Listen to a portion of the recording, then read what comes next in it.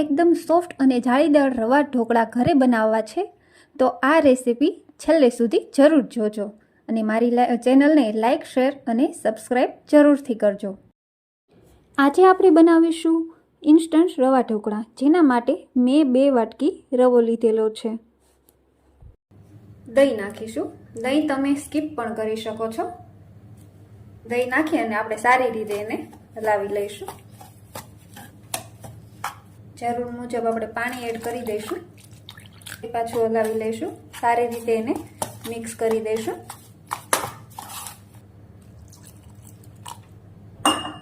બહુ ઢીલું પણ નહીં એવું બેટર આપણે તૈયાર કરવાનું છે.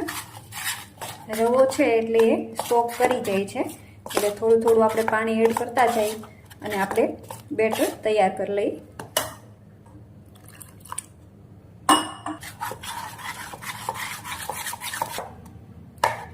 આ રીતનું આપણું બેટર તૈયાર કરવાનું છે. હવે એને આપણે 15 મિનિટ માટે રેસ્ટ આપીશું. 15 મિનિટ બાદ જોઈએ તો આપણું બેટર સરસ એવું તૈયાર થઈ ગયું છે. જે ચમચાની પાછળ સારી રીતે ચીપકી જાય છે એવું થીક આપણે રાખીશું. હવે તેમાં આપણે સ્વાદ મુજબ નિમક નાખીશું. ત્યારબાદ આપણે એમાં ઢોકળાની સોફ્ટનેસને જાળવવા માટે આપણે થોડું તેલ નાખીશું. હવે આ બેટરને સારી રીતે આપણે મિક્સ કરી લઈએ. બેટર સરસ મિક્સ થઈ ગયું છે. હવે એમાં આપણે સોડા નાખવાના છે. સોડા તમે કોઈ પણ લઈ શકો છો. હવે સારી રીતે પાછું એને ફેટી લઈશું. તમે જોઈ શકો છો સરસ ફૂલીને તૈયાર થઈ ગયું છે આપણું બેટર. હવે આપણે બેટરને કોઈ પણ ડીશ કે થાળીમાં ઢાળી દઈશું. થાળી કે ડીશ આપણે ગ્રીસ કરી લેવાની છે ઓઇલથી. બધું બેટર આપણે એમાં નાખી દઈશું. આપણે ધ્યાન રાખવાનું કે જ્યારે બેટરને થાળીમાં ઢાળવાનું હોય ત્યારે જ સોડા જે છે એને એક્ટિવેટ કરવાના છે.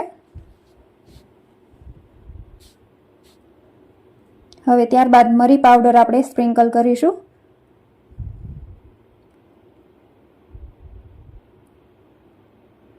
ત્યારબાદ થોડીક ચટણી પણ આપણે સ્પ્રિંકલ કરીશું. ઓપ્શનલ છે.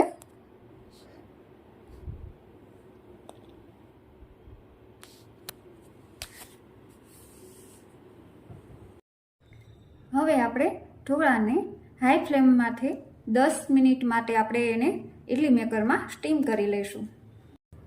હવે આપણા ઢોકળા ચડી ગયા છે, એને આપણે ચેક કરી લઈએ.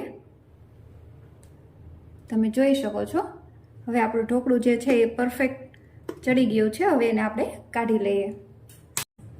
તો તૈયાર થઈ ગયા છે આપણા રવાના ઇન્સ્ટન્ટ ઢોકળા. તો આપણે હવે એને કટ કરી લઈએ. એને થોડી વાર માટે ઠરવા દેવાના છે, ત્યારબાદ જ આપણે એને કટ કરીશું.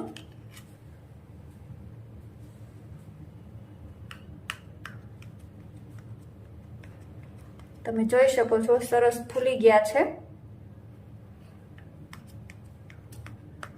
આવી રીતે એને કટ લગાવી દેવાના છે.